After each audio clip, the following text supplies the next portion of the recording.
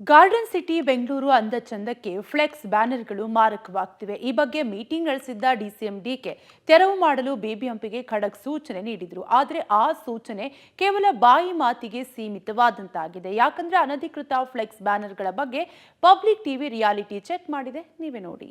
Silicon ಸಿಟಿಯಲ್ಲಿ ಫ್ಲೆಕ್ಸಿಗಿಲ್ವಾ break? DCM ಆದೇಶ ಒಂದೇ ದಿನಕ್ಕೆ ಸೀಮಿತವಾಯ್ತಾ?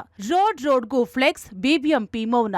ಬೆಂಗಳೂರಿನಲ್ಲಿರುವ ಅನಧಿಕೃತ ಫ್ಲೆಕ್ಸ್ಗಳನ್ನು ತೆರವು ಮಾಡಬೇಕು ಅಂತ ಡಿಸಿಎಂ ಖಡಕ್ ಸೂಚನೆ ಕೊಟ್ಟಿದ್ರು. ಡಿಸಿಎಂ ಸೂಚನೆ ಮೇರೆಗೆ ಬಿಬಿಎಂಪಿ ಕೆಲ ಭಾಗಗಳಲ್ಲಿ ಫ್ಲೆಕ್ಸ್ಗಳನ್ನ ತೆರವು ಮಾಡುವಂತ ಕಾರ್ಯಾಚರಣೆ ಮಾಡಿದೆ. ಆದರೆ ಕೇವಲ ನಾಮಕಾವಸ್ಥೆಗೆ ತೆರವು ಕಾರ್ಯಾಚರಣೆ ಮಾಡಿದಂತ ಅನುಮಾನ ಕಾಡ್ತಿದೆ.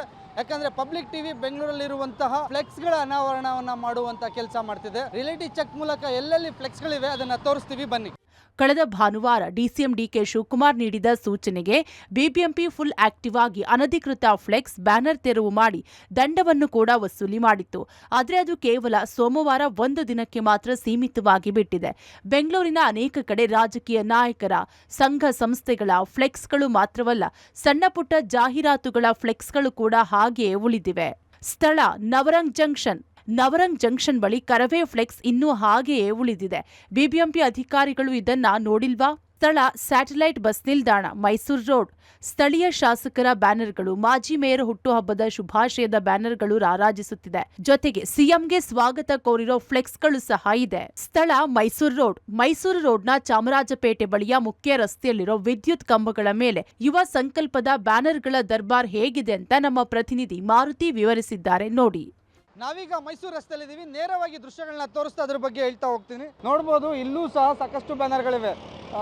ಒಂದು ಜಂಕ್ಷನಿಂದ ಮತ್ತೊಂದು ಜಂಕ್ಷನ್ಗೆ ಹೋಗುವಂತಹ ರಸ್ತೆ ಮಧ್ಯಭಾಗದಲ್ಲಿ ಏನು ಎಲೆಕ್ಟ್ರಿಕ್ ಪೋಲ್ಗಳು ಕಾಣಿಸ್ತಿದೆ, ಎಲೆಕ್ಟ್ರಿಕ್ ಪೋಲ್ಗಳಲ್ಲಿ ಫ್ಲೆಕ್ಸ್ ಕಾಣಿಸ್ತಾ ಇದೆ. ಫ್ಲೆಕ್ಸ್ ಬೇರೆ ಯಾವುದೂ ಅಲ್ಲ, ಮೊನ್ನೆ ನಡೆದಂತಹ ಯುವ ಸಂಕಲ್ಪ ಕಾರ್ಯಕ್ರಮದ ಫ್ಲೆಕ್ಸ್ಗಳು. ಇದೇ ಫ್ಲೆಕ್ಸ್ಗಳನ್ನ ನೋಡಿ ಡಿಕೆ ಶಿವಕುಮಾರ್ ಅವರು ಬಿಬಿಎಂಪಿ ಆಯುಕ್ತರಿಗೆ ವಾರ್ನಿಂಗ್ ಕೊಡ್ತಾರೆ. ಅನಧಿಕೃತ ಫ್ಲೆಕ್ಸ್ಗಳನ್ನ ತೆರವು ಮಾಡಿ ಯಾರ ಫ್ಲೆಕ್ಸ್ಗಳು ಹಾಕಿದ್ದಾರೆ ಅವ್ರ ವಿರುದ್ಧ ಶಿಸ್ತಿನ ಕ್ರಮ ಕೈಗೊಂಡು ದಂಡವನ್ನು ವಿಧಿಸಿ ಕಾನೂನಾತ್ಮಕ ಕ್ರಮ ಕೈಗೊಳ್ಳಿ ಅಂತಾರೆ.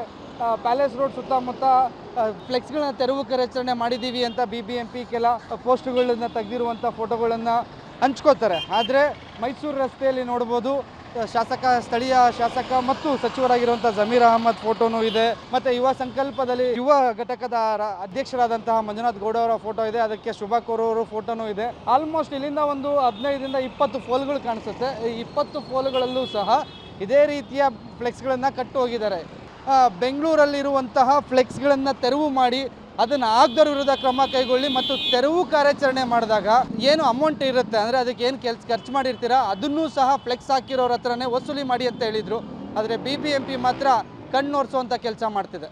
ಸ್ಥಳ ಶಿರ್ಸಿ ಸರ್ಕಲ್, ಮೈಸೂರು ರಸ್ತೆ. ಶಿರ್ಸಿ ಸರ್ಕಲ್ ಬಳಿ ಕಳೆದ ಫೆಬ್ರವರಿಯಲ್ಲಿ ಜೆಡಿಎಸ್ ಪಕ್ಷದ ಫ್ಲೆಕ್ಸ್ ಇನ್ನೂ ಅಲ್ಲೇ ಇದೆ. ಸ್ಥಳ ಮೋದಿ ಆಸ್ಪತ್ರೆ, ರಾಜಾಜಿನಗರ. ಇಲ್ಲೂ ಕೂಡ ಯುವ ಸಂಕಲ್ಪ ಕಾರ್ಯಕ್ರಮದ ಫ್ಲೆಕ್ಸ್ಗಳು ಇನ್ನೂ ಉಳಿದಿವೆ. ಸ್ಥಳ ಟೌನ್ ಹಾಲ್ ಮುಂಭಾಗ ಬಿಬಿಎಂಪಿ ಕೇಂದ್ರ ಕಚೇರಿಯಿಂದ ಕೂಗಳತೆಯ ದೂರದಲ್ಲಿರೋ ಈ ಜಂಕ್ಷನ್ನಲ್ಲಿ ಯಾವ ಕಡೆ ನೋಡಿದ್ರೂ ಬರೀ ಫ್ಲೆಕ್ಸ್ಗಳೇ. ರಾಜಕೀಯ ಕಾರ್ಯಕ್ರಮ ಮಾತ್ರವಲ್ಲ, ಧಾರ್ಮಿಕ ಕಾರ್ಯಕ್ರಮದ ಬ್ಯಾನರ್ಗಳು ಕಣ್ಣಿಗೆ ರಾಚುವಂತೆ ಕಾಣ್ತಿದೆ. ನೋಡಿದ್ರಲ್ಲ ಹೇಗಿದೆ ಸಿಲಿಕಾನ್ ಸಿಟಿ ಮುಖ್ಯ ರಸ್ತೆಯಲ್ಲಿ ಫ್ಲೆಕ್ಸ್ ಬ್ಯಾನರ್ಗಳು ಅಂತ. ಇದು ಕೆಲ ರಸ್ತೆಗಳು ಮಾತ್ರವಷ್ಟೇ, ಇನ್ನು ಅದೆಷ್ಟೋ ಲೆಕ್ಕವಿಲ್ಲದಷ್ಟು ಅನಧಿಕೃತ ಫ್ಲೆಕ್ಸ್ ಬ್ಯಾನರ್ಗಳು ಇವೆ. ಬಿಬಿಎಂಪಿ ಇನ್ನಾದ್ರೂ ಇದನ್ನ ಗಮನಿಸುತ್ತಾ ಗೊತ್ತಿಲ್ಲ. ನೋಡಿದ್ರಲ್ಲ ವೀಕ್ಷಕರೇ, ಬೆಂಗಳೂರಲ್ಲಿ ಫ್ಲೆಕ್ಸ್ಗಳು ಯಾವ ರೀತಿ ರಾರಾಜಿಸ್ತಿದೆ ಅಂತ. ಬೆಂಗಳೂರಿನ ಅಂದ್ರೆ ಬಿಬಿಎಂಪಿಯ ಕೇಂದ್ರ ಕಚೇರಿಯ ಕೂಗಳತೆ ದೂರದಲ್ಲೇ ಫ್ಲೆಕ್ಸ್ ಇನ್ನೂ ಹಾಗೆ ಉಳ್ಕೊಂಡಿದೆ. ಇದರ ಮಟ್ಟಿಗೆ ಅಂದ್ರೆ ಫ್ಲೆಕ್ಸ್ಗಳ ವಿರುದ್ಧ ಕಾರ್ಯಾಚರಣೆ ಮಾಡೋದಕ್ಕೆ ಬೀದಿಗಳಿದಂತ ಬಿಬಿಎಂಪಿ ಅವರು ನಿರ್ಲಕ್ಷ್ಯ ವಹಿಸಿರೋದು ಸ್ಪಷ್ಟವಾಗಿ ಗೊತ್ತಾಗ್ತಿರುವಂಥದ್ದು. ಇದು ಬೆಂಗಳೂರಿನ ಫ್ಲೆಕ್ಸ್ಗಳ ಪರಿಸ್ಥಿತಿ. ಬಿಬಿಎಂಪಿಯವರು ಯಾವ ಮಟ್ಟಕ್ಕೆ ಅದನ್ನು ತೆರವು ಮಾಡಿದ್ದಾರೆ ಅನ್ನುವಂಥ ಅನುಮಾನಗಳು ಕಾಡ್ತಿರುವಂಥದ್ದು. ಕ್ಯಾಮ್ರಾ ಪರ್ಸನ್ ರವಿ ಜೊತೆಗೆ ಮಾರುತಿ, ಪಬ್ಲಿಕ್ ಟಿವಿ, ಬೆಂಗಳೂರು.